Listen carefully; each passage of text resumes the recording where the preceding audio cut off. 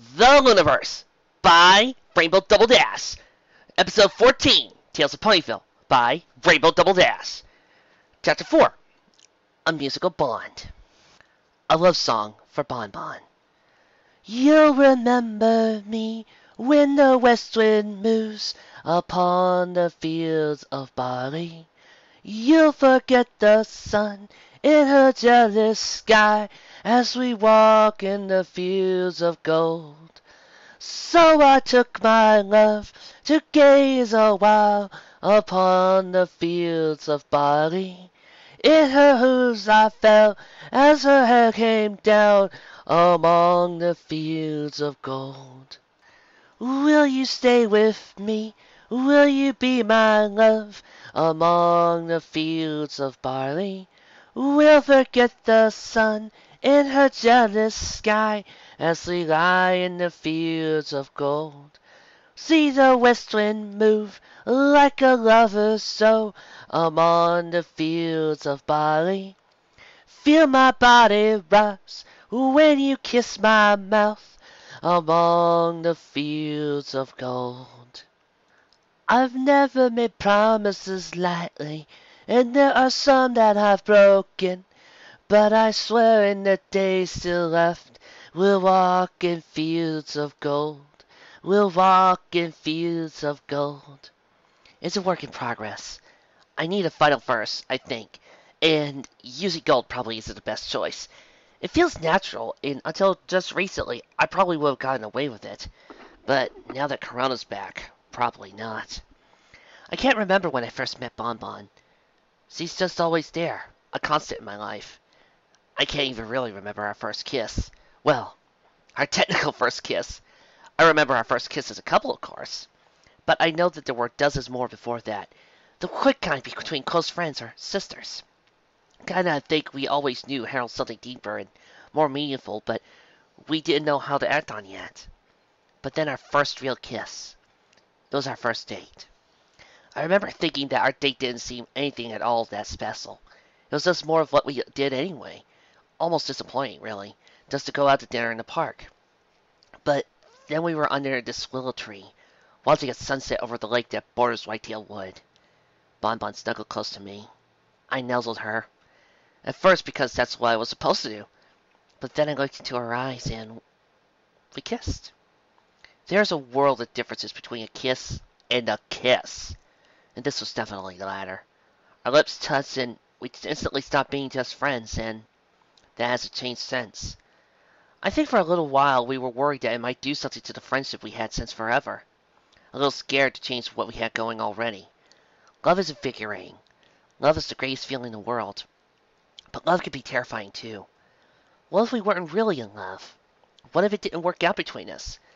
Then not only would we no longer have each other's love, we'd also lose each other's friendship, as neither of us could have gone back to being just friends, not after having loved each other the way we did. Yeah, I've dated other ponies besides Bon Bon. I can't count the number of ponies who are genuinely surprised at that. One or two of them were even ponies that I dated, though apparently they only ever thought that we were just hanging out at the time. Probably says something about the effort I was trying to put into it. That period, when we weren't sure about each other, only lasted a few short months. It wasn't long before when we were in each other's hooves again, and Bon Bon and me finally decided to end up the friends deal and become so much more. Become what we always knew we were on some level. And then I moved away for 3 years, and I wasn't always the best at showing it, but those 3 years were just agony. Waking up, knowing that I could only see Bon Bon every now and then, that the majority of my days would go by without being to hear her voice.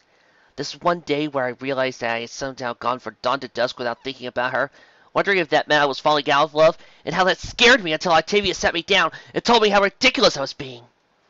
When I came back, though, I didn't immediately go to her, because I was scared. Because I hadn't seen her in months, hadn't written her in weeks. The end of the year at the academy had consumed all my time. What if she had fallen out of love with me? What if she found some pony else?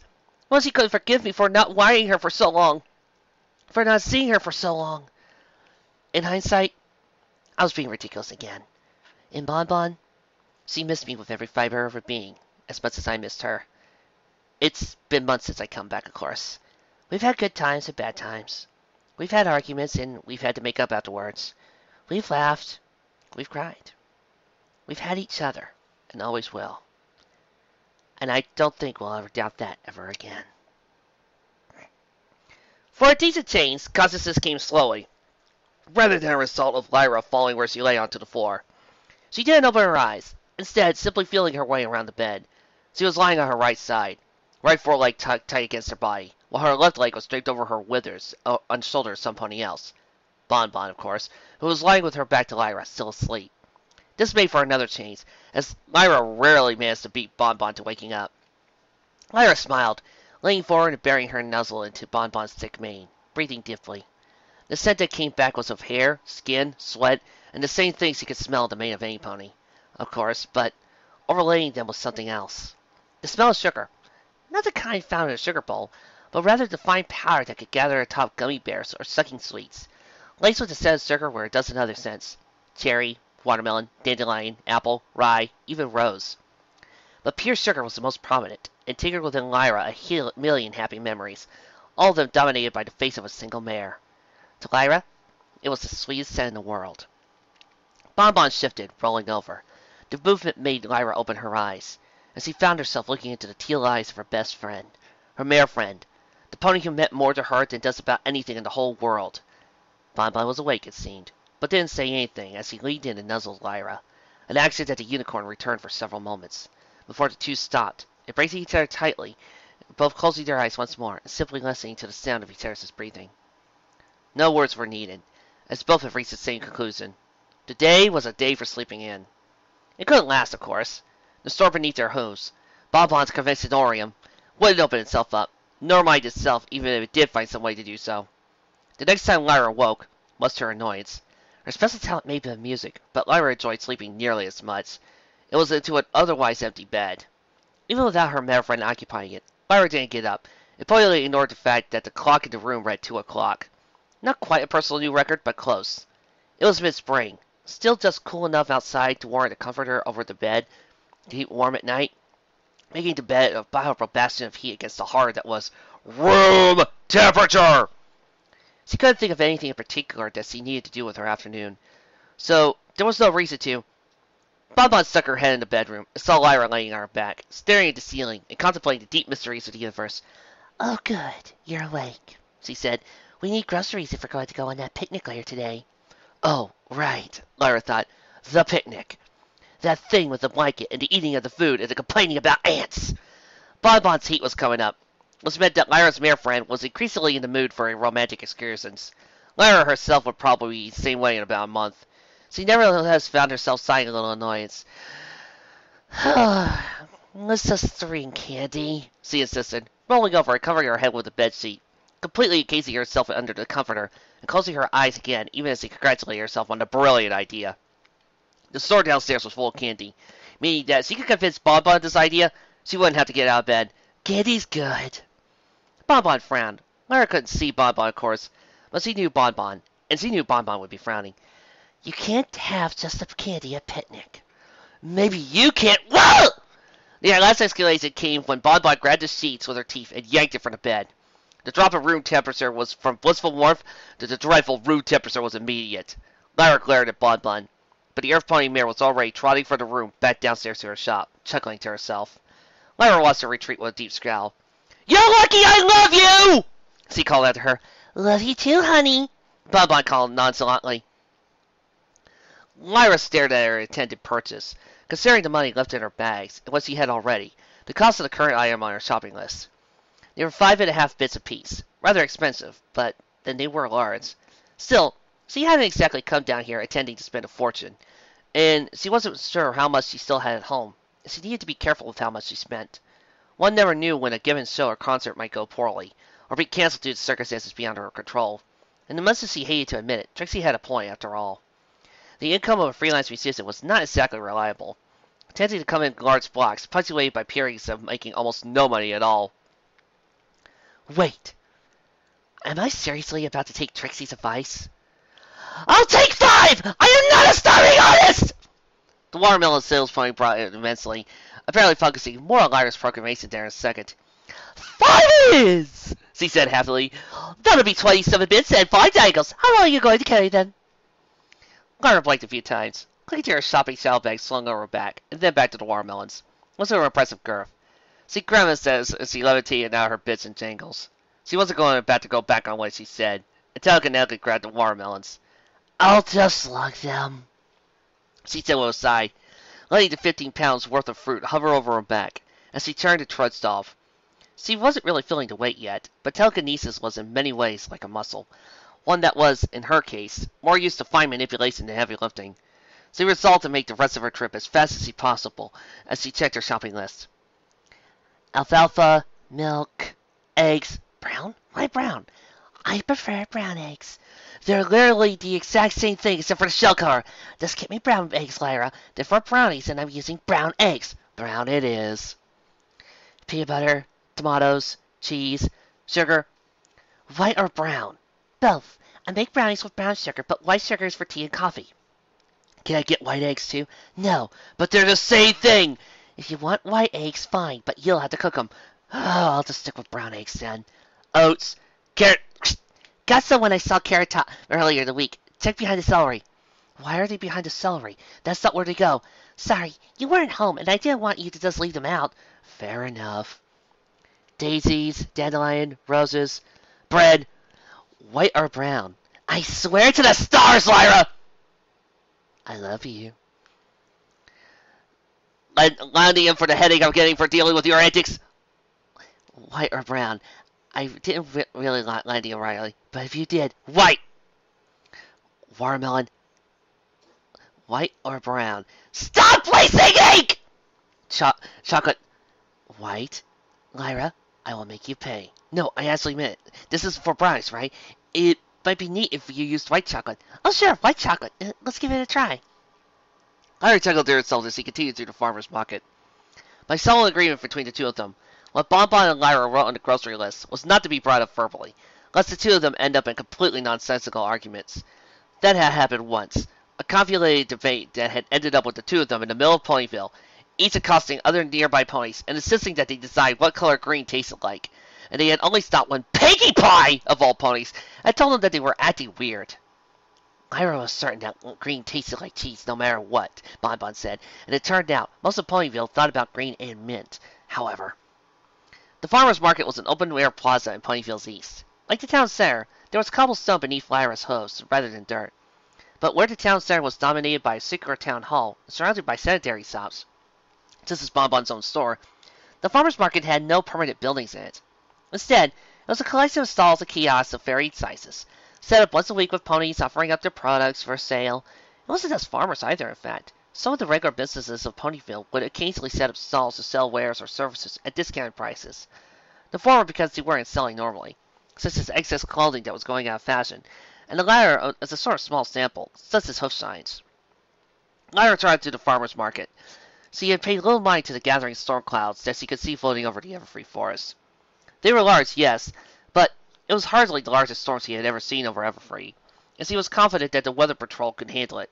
Instead, she focused on her shopping list. Milk, cheese, alfalfa, oats. The flowers passed by without incident. The eggs, well...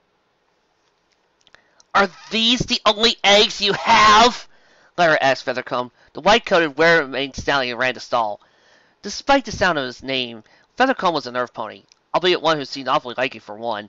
He was new in Ponyville, having only moved just a few weeks ago from Bridleton, bringing with him a fox full of chickens. Apparently his family in Bridleton had accidentally bred too many, and all the eggs the extra chickens were producing had to go somewhere. This was good to Ponyville, as prior to this the only real source of eggs was from Farside, whose eggs were nearly consumed every week by Sugar Cube Corn Bakery. Feathercorn fixed Lyra a bright smile as the unicorn switched from levitating her watermelons outright to balancing them on her back, and using telekinesis to hold them in place. "Yes'm," he answered. "Finally here and see so they see your tranquility. How may I do you for?" Lyra grimaced. "They're all white." Feathercomb nodded. "Leghorn's the breed of choice for a feather clan. They lay white eggs." Lyra looked at her shopping list, and the short argument continued therein. "I'm looking for brown eggs, though." Feathercomb's bright grin fell. "They're the same thing." "I know that!" Lyra said, holding her shopping list. But my bear friend Bonbon insists on brown, because he's making brownies, you see. Feathercomb didn't seem to understand the logic. But neither did Lyra, and neither did me. He waved a hoof over his eggs. Well, ma'am, my eggs are all I got. Lyra sighed, looked at her list again, and weighed her options. On the one hoof, Bonbon could be awfully picky about what went into the things he baked. On the other hoof, the creation of sweet things, especially candy, yes, but she was no slouch at baking either, was Bonbon's special talent. She probably knew what she was doing. Still, white eggs better than no eggs, right? She looked at Feathercomb. I'll take a dozen, she said, using her telekinesis to lift out 10 bits, the price for the eggs. She also, however, passed Feathercomb her shopping list and turned to his backside. Do you think I could have your written statement, as a professional hen breeder, that white eggs and brown eggs are the same? It'll make my night easier. Maybe. Feathercomb looked at her like she was insane, but I got a pencil out from his stall and did so. Once done, he loaded Lyra's eggs into a box and lined with straw to keep their contents safe. You're all going back now, you hear? He insisted as Lyra left. She waved an acknowledgement before crossing eggs off her shopping list and heading off to the market. Tomatoes, check. Sugar, both brown and white, check. She also stopped off at a few spices stalls to buy some cinnamon. She may not have been much of a cook, but she did know what flavors she liked, and her friend's Tracy's taste had begun to rub off on her slightly. Now that she was quite ready to try the egg and apple monstrosity that her fellow unicorn had once described to her. But ever since trying cinnamon in her coffee, she'd come to like the taste. She had also been talking and buying saffron for the stand's owner, though she wasn't sure she liked saffron in anything. But by the stars, she was not poor! Bread, peanut butter, and chocolate rounded up her shopping trip, which took about an hour total, so with her mounting headache from lunching around the watermelons, it felt like much longer. Still, at least in just a few hours, she and Bonbon would be under the same willow tree in the park that they always picnicked at, watching the sun slip behind the horizon and the safe return of the moon to the skies, snuggled up together beneath a blanket. And then a raindrop fell on Lyra's muzzle. She stopped her trot, blinking a few times as she looked down the length of her snoot to the drop of water, to turn her gaze upwards to the sky. The weather schedule, posted in Ponyville's newspaper, had called for only a few clouds in the sky today. Instead, as Lyra watched, more than a few other ponies who had been subject to an unexpected wetness doing likewise, dark gray, low-flying clouds, flowing for the Everfree. They were making their way across the skies. They were filled to the brims with water, so much so that they couldn't fully contain what they carried, and so, like a waterlogged sponge, they would occasionally dribble out spurts of water. But this was only the very edge of what looked like a large, thick storm cloud coming for the Everfree. Lyra whickered in surprise as he set up on a gallop towards Bonbon's confessionatorium, ignoring the pain in her head for not just levitating the watermelons, but running while doing so. She made quick to Bonbon's store in record time, and a glance over her shoulder as she entered allowed her to see ponies clicking their canters as they moved through Ponyville, wrapping up whatever they had planned to do and quickly heading home as the small drops of rain continued to fall. The storm hadn't reached them yet, but was obviously on its way. Lyra? Bonbon asked from behind the unicorn. She had been standing behind her store's counter, but quickly trotted up to her mare frame and joined her looking at the oncoming rare storm. What's all this about? Lyra shrugged, setting down her watermelons on the store's countertop, looking for the newspaper, quickly turning it to the weather sexy fountain. Yeah, it was supposed to be basically clear skies today! She exclaimed as he pointed to the day's weather schedule. We weren't supposed to get cloudy weather until the weekend, when the Weather Patrol was going to get a storm cloud shipment for Cloudsdale, and no rain until next week! Bonbon sighed. How does Rainbowdoubledash keep her job? She asked, trotting over to Lyra and reading the weather schedule for herself. It looks like this storm is coming from the Everfree, Lyra said, glancing back to the window, then back to the newspaper.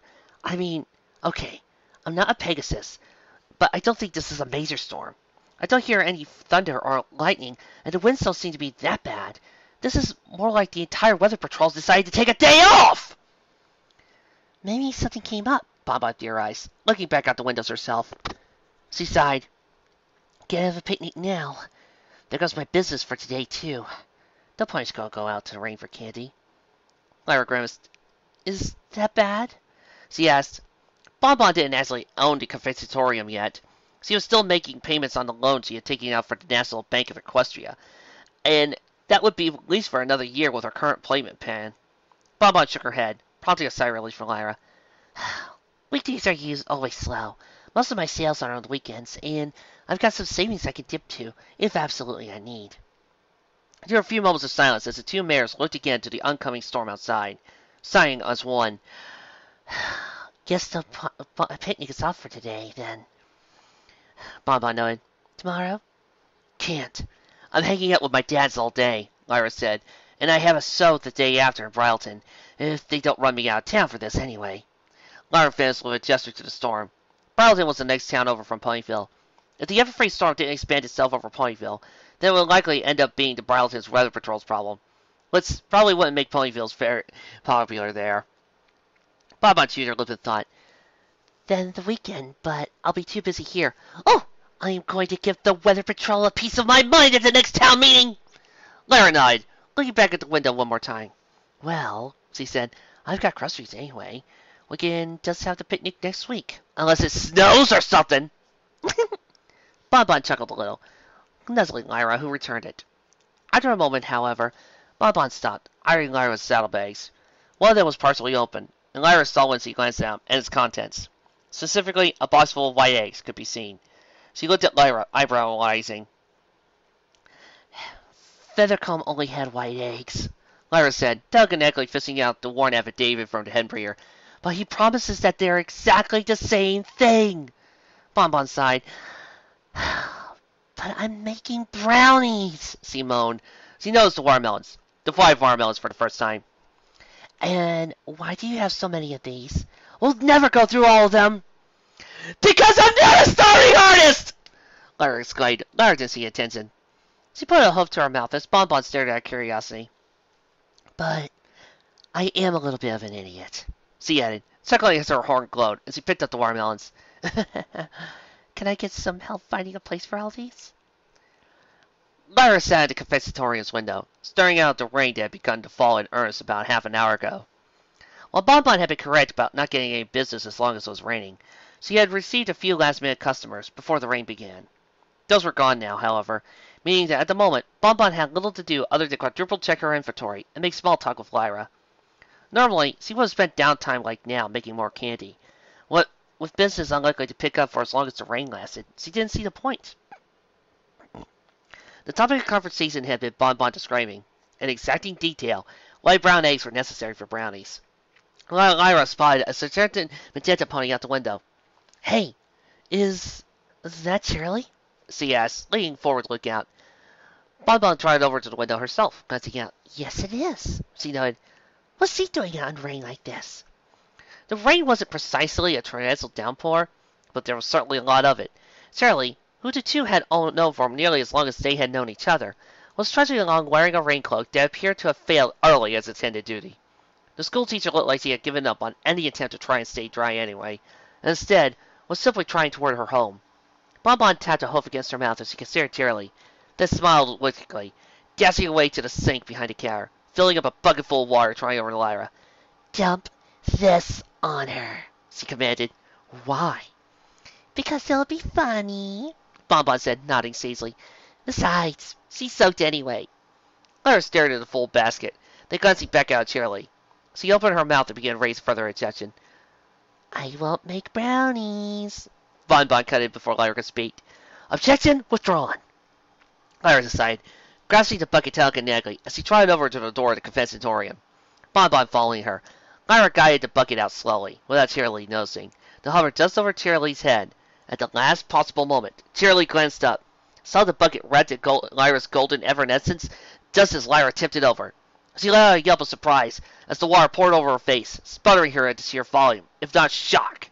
After all, Bonbon was correct. She was already thoroughly soaked. After several moments of shaking her head to clear her waterlogged eyes and ears, she glanced over to Lyra and Bonbon. Hi, Shirley, Lyra called over. It was Bonbon's idea! Shirley closed her eyes, counting to 10. When she opened them, she was looking at Bonbon, smiled wildly. Oh, it's just given me a fantastic idea of my own, she said. Bonbon stared uncomprehendingly for a moment, then let out a slight shriek as Shirley charged forward. She tried to turn and dash further into her store, but was too slow as Shirley leapt and landed on her, soaking the earth pony instantly as Lyra laughed, while cantering backwards, and well clear of the magenta sponge of her victim. Lyra's way of thinking, Bonbon probably deserved this for making Lyra get Shirley even more soaked than she already was. Bonbon cried, charging as Charlie stood, shook herself off, with Bonbon right beneath her, soaking her even more. She looked to her male friend, reaching out for her hooves. Help! Lyra tapped her hoof to her mouth, considering. Nope. The way I see it, this is fair for dumping water on poor Charlie. You dumped the water! I was merely the tool to be used, Lyra pointed out, seeing no truth in her logic. An accomplice that was coerced with threats of pain, and you not making brownies tonight. Wait, Charlie? What are you? Charlie tried to run away from Bonbon and back outside, retrieving the bucket. She then tried back in and calmly proceeded to the sink that was behind Confectionarian's counter and began filling the bucket to the brim. Lyra saw exactly where this was going to end up. Oh no, she attested, her going defensively as Charlie finished filling the bucket. No. I was unwilling, tried, coerced! She left out the fact that she didn't exactly try very hard to resist Bonbon's orders, as she started galloping away toward a door that would take her up into Bonbon's apartment. Surely, Charlie wouldn't dare dump water on the couch or bed, but found it blocked off by a cream pony who was grinning maniacally as Charlie. Treason! Lyra exclaimed out from her friend, just as Charlie came up right behind her, overturned the bucket onto the unicorn's head, and threw her soaping rain cloak over her, and lastly pounced on her for good measure. Bonbon joined in, and within moments all three were equally soaked. After several long minutes of flaming limbs and cries of battle, the three mares managed to disentangle themselves, panting, but laughing despite themselves. Oh, this will be fun to clean up, Charlie remarked, looking around the store. Maybe we went a little overboard? Nah, gives me something to do, Bonbon said with a sigh. No pony's going to head out into the rain for candy. Plus, me and Lyra had a picnic plan, but that's not happening either. Yeah, not sure what the weather patrol is thinking, Lyra said as she telekinetically grabbed a pair of mops, one for her and one for Bonbon. In a motion for Charlie, she passed the squeegee to the magenta pony. I mean, I always knew that Rainbowdash was lazy, but we used to be able to at least count on everybody else. There's probably a good reason for it, Charlie said. Lyra and Bonbon were moping, all while she followed with Squeezy, pushing the water for the wooden floor outside.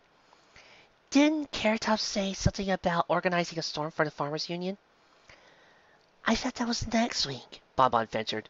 Working together, the three of them had quickly turned their impromptu water fight into sparkling forest, and were now all standing by the door. Charlie had taken the opportunity to throw out the useless rain cloak in the bin near the door. Charlie shrugged. I thought so too. Maybe they salted the storm over Everfree and decided to go with the... There was a splash outside, something like a pony stage hitting the ground.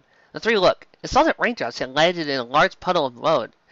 The rain helps me to untangle all the things that... she sang as she splashed around, oblivious to the rest of the world, before taking off again into the sky, then landing once more, then took off and then landed. Hey, she could sing, Lyra noted, tapping a hoof to her mouth as she did. This came as an immense surprise, even more so when she considered that Raindrops was hitting a few notes that Lyra probably couldn't guess her normally low-pitched voice would have been able to.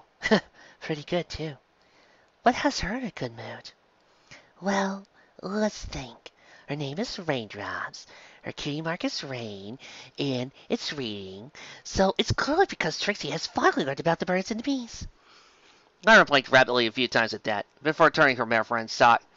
Bonbon! She warned shyly. Bonbon put her hose in the mouth of embarrassment, mouthing sorry as he did. Eerily, Lyra sighed a little. If Bonbon had any flaw, it was that she tended to not fully think through everything she said or did, which had led her into several false pauses in the past. Huh? Chili asked a moment, looking between Lyra and Bonbon curiously. Bonbon opened her mouth, but Lyra shut it with her hose, lest she dig a deeper hole for herself. Nothing, she answered. It's coming up to that time of year for Bonbon, so she just has stuff on her mind. You know how it is. Bonbon ejected, taking Lyra's hose from her mouth. Yes, please go and advertising that fact around town, Lyra. Lyra shrugged. It wasn't like heat was something to be embarrassed by, nor something that could be exactly hidden, least of all from a friend like Charlie. Frankly, she was surprised that her own, Bonbon's, and Charlie's heats hadn't synced up, as tended to happen amongst mares who had spent a lot of time together. Okay, Charlie toned, but why did you bring up Trixie? Bonbon sighed, glancing at Lyra. Unicorn knew that this was something Charlie was unlikely to drop, and so nodded, figuring that the damage was done at this point. Okay, Well, short explicit version is that since my heat is coming up, I've been getting ideas, and I'll take you back to that little adventure me and Lyra and Trixie had a few months back. You remember how I told you, and how it might be interesting if Lyra had fingers again.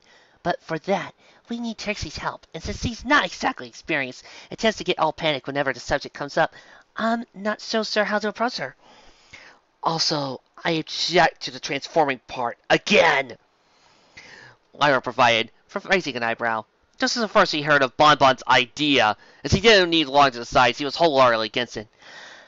It was just an idea, Bonbon said with a sigh. Oh, Shirley said, her snout scratching a little thought. Oh my, that's a good point. She is uncomfortable with sexual subjects. Like, she doesn't know what's going on and resents it. Yeah, Lyra said, sitting in place. She didn't like talking about Trixie while she wasn't here to defend herself. Yeah, me and Bonbon figured out her little problem, but that's her thing to deal with, right? Shirley gave Lyra a look, and for a moment, Lyra was concerned that Shirley might raise a counterpoint. She was a teacher, after all, which made her implicitly emphatic towards the problems of others. It made her want to help ponies with them, even if this was outside her normal area of expertise. Truth be told, though, Lyra didn't actually think that Trixie's problem was one that she needed actual help.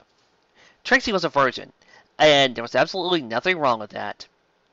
After a moment, Shirley nodded a little, much to Lyra's surprise. She expected not to argue with this. Okay, Shirley said. And again, Lyra breathed out a sigh of relief. Shirley seemed to have dropped the subject. Well, I better get going. I don't think the rain's going to stop, and I've got to get home. Sure, Lyra said. Sorry about the whole bucket of water thing. Yeah, sorry, Bonbon sighed. I was just bored. It's all right. I got my revenge, she said with a smile. See you later. And with that, Shirley trotted out the door, back to the rain, and heels to the fact that she was now liking her raincoat. She actually seemed a little too cheerful while doing so, almost suspiciously so. Well, that was a diversion. Bonbon noted once Shirley had left, nuzzling Lyra. But I think I'm going to close up shop now. Makes sense, Lyra said, still frowning. She was still bothered by Shirley's departure, so she didn't know why. Something just seemed not too cheerful. That was wrong, as she was generally a pretty optimistic pony, more like the wrong kind of cheerful, like she was putting it on rather than genuinely feeling it. Although why, Lyra couldn't guess. She tried to forget as she joined Bonbon at the counter. Why did you even bring that up? I don't know. It just popped into my head. Bonbon said with a sigh. I thought Shirley knew, though. I didn't tell her. It's not like Trixie goes around telling every pony she's a virgin, Lyra nodded. I think we managed to convince Shirley not to help Trixie, though. She tries to help ponies. It's just who she is, but I don't think Trixie would appreciate that kind of help. Bonbon nodded as he went over her sales for the day and tallied up what he earned her versus what she expected to make, working in silence for several minutes. She was under her estimate thanks to the rain, though fortunately she's been expecting a slow day anyway. As she wrote down her numbers for the day, she chuckled. For a second there, she looked like she'd taken what I said about the birds and the bees literally. Lyra laughed a little, at first, remembering to look at Shirley's face herself. Then, giving a deeper thought, she was recoiling it so clearly in the face with a sledgehammer. Oh, stars! She exclaimed, putting her hose to her mouth and looking at Bonbon, feeling her face heat up with embarrassment.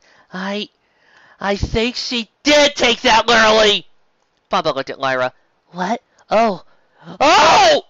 And lightning struck Bonbon. Her whole eyes grew to the size of dare plates, even as her own face flushed red. Oh no. No. It was a joke! There is no way that she thinks that Trixie somehow managed to make it to adulthood without knowing about sex! I think she does. No! That's just stupid! Lyra and Bonbon stared at each other. What if she does? Lyra asked. She's... Oh, Luna. The residency is only a minute down the road. She's following with Trixie right now. I just sat her down for the talk. Bonbon's eyes fluttered as he considered that and slid back and forth for a moment before bursting into action, dancing out from behind the counter, running upstairs. Lyra followed and found that Bonbon had grabbed Lyra's saddlebags and raincoat from her apartment. And already she was dancing down upstairs towards the door. She began opening up several containers of candy and scooping them in. Gumdrops, gummy worms, jawbreakers, peppermint sticks. She piled them in with wild abandon, like a foal with a million bets to spend had been loose in her store. What are... a policy candy! Bonbon interrupted. You had to go and bring this! Yeah! She headed to the banks and slung them over Lyra's back before the unicorn could rain out any objections. You have to go and bring these to Trixie for me. Candy. I'm the Candy Mayor! Candy's Mayor! All I know! That's not true. Bonbon grabbed the sides of Lyra's head. I just can't go over there after Trixie will hate me! After all the pain I've put her through a few months ago, she won't want to see me. She'll be mad at first. So, you'll go with the policy, Candy, and tell her that I'm sorry, and that I'll buy her dinner or sometime or something. I'll make it up, and... Oh, Charlie. She turned around and loaded up the saddlebags with more candy. Charlie, she'll be more embarrassed. I mean, not as embarrassed as when her and her parents caught her together with iron will, and that... Lyra placed the hoof over Bonbon's mouth, stopping her tirade.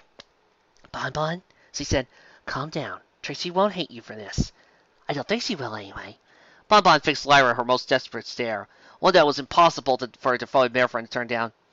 Please, just go and tell Trixie and Charlie that I'm sorry, she asked. I don't think I can look them right in the eye right about now. I'm so embarrassed. Not as embarrassed as Charlie will be. Lyra noted. Bonbon whimpered at the thought, the sound of which was enough to make Lyra lean forward and nuzzle Bonbon, planting a kiss on her forehead. It's okay. I'll go and pass the message, she said. Try not to freak out, though, okay? Bonbon nodded a little, leaning close to Lyra for strength. The unicorn held her close for several long minutes, before telekinetically grabbing her raincoat and wrapping it around her. Wish me luck. A minute later, Lyra found herself in Trixie's office, staring at Charlie, who was probably blushing furiously beneath her magenta coat.